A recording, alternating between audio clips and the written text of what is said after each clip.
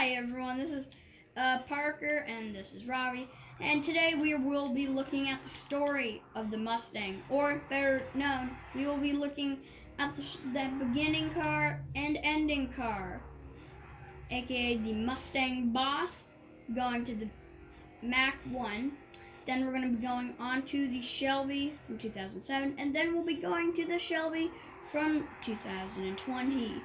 This will be an exciting one, so everyone, keep your hats on, because this is going to be a wild, wild ride. So apparently one thing we're not going to discuss here today is the blasphemous 2020 electric SUV crossover Mustang. Yeah, burn it in hell, please. Yes, it's a horrific car that we don't even want to discuss, so we're not gonna.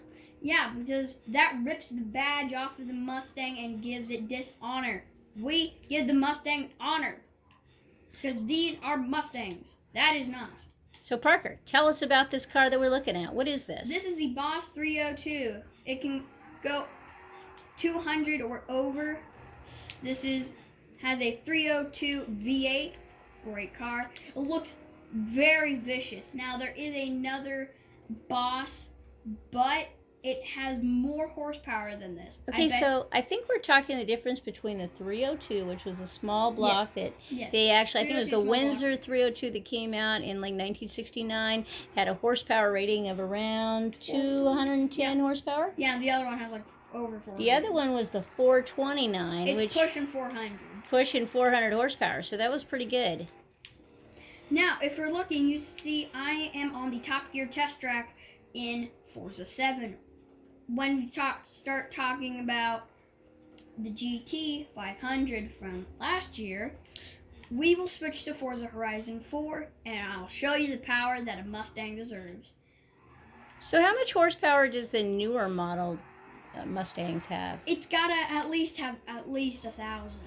At least 1,000 horsepower. If the 2500 can beat a flippin' Lamborghini Huracan Evo, it could probably push 1,000 or more horsepower. We'll have to look that up. I'm not sure anything has 1,000 horsepower. Ah, yes, some McLarens and Lamborghinis can actually push 1,000 horsepower.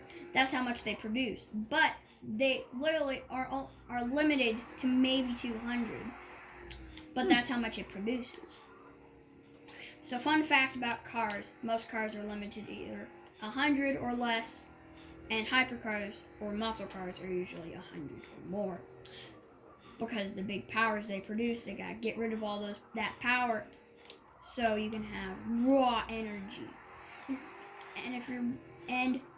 So I will show you what this thing can do, and you keep your hats on because you'll be flying out into the world. So keep your hats on. This is going to be a wild ride. Here we go. Oh. Break. Okay, we're heading 50 horsepower. Do a drift here. Hey, Parker, so tell me, when did Ford first start making the Mustang? 1964. 1964, so that's over 50 years in continuous production. Yeah. How many generations of Ford Mustangs have there been? 3. Or no, 6. 6. 6 generations of Mustang. Nice. Which ones have they built? They did the GT, the Boss, the Mach 1. What else? The new GT from 2018, the old GT. Oh, and the Cobra. Oh yes, and the 5.0. Oh, and obviously the GT 500, or not the GT 500. The 2500 GT from Shelby. What about in the late 70s and 80s when they came out with the Mustang 2? That thing was probably fast by the time, but now they are really rare to get an old Mustang because it's very expensive and crap. Honestly, I would agree with everyone because these things are beautiful little beasts. The pony car does show no mercy when you race it. This is truly a powerhouse of a punch. So you say they actually beat the Lamborghini? Yeah, the 2500 GT actually beat a Lamborghini Huracan Evo. Wow. That thing beat a Lamborghini. That's pretty impressive, I think. Yeah, that is a bloody fast car if it can beat a Lamborghini. I It could guess probably so. rival Ferrari and Lamborghini. Or it already did rival Lamborghini. I meant McLaren.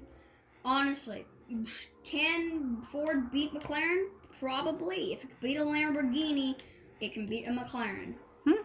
The other thing is that this has been an insanely popular car for over 50 years. So it's been in continuous production since 1964. In 2018, they created their 10 millionth Mustang, which is quite a feat. Yeah, honestly, if I worked at Ford right now, I would probably be like, that's a great accomplishment. This beautiful car is like, it's like coming home after 15 years. You come back to the start and remake and rebuild something. It's like back in Volkswagen's time during the Beetle, which we won't want to discover that history because it's very bad. Oh, we could talk about that history in another video sometime. Well, yes, but still, after the war, when the Volkswagen factory was completely destroyed, people from the British came to Germany and found an old Beetle in the rubbles of the Volkswagen factory. So, So what you're saying is the Mustang is kind of a legend, just like the original VW Beetle. Yeah, it's been here for like centuries almost. Well, wait a minute here. 1964. We won't go quite that far, but it is older than me.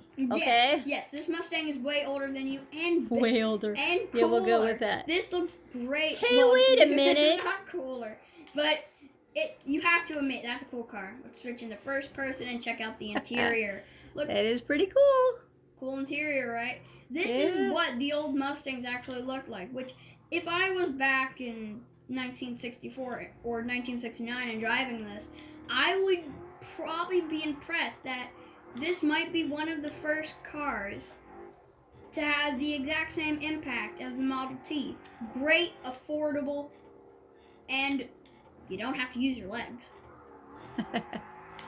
All right, so fabulous discussion on the Ford Mustang, Parker.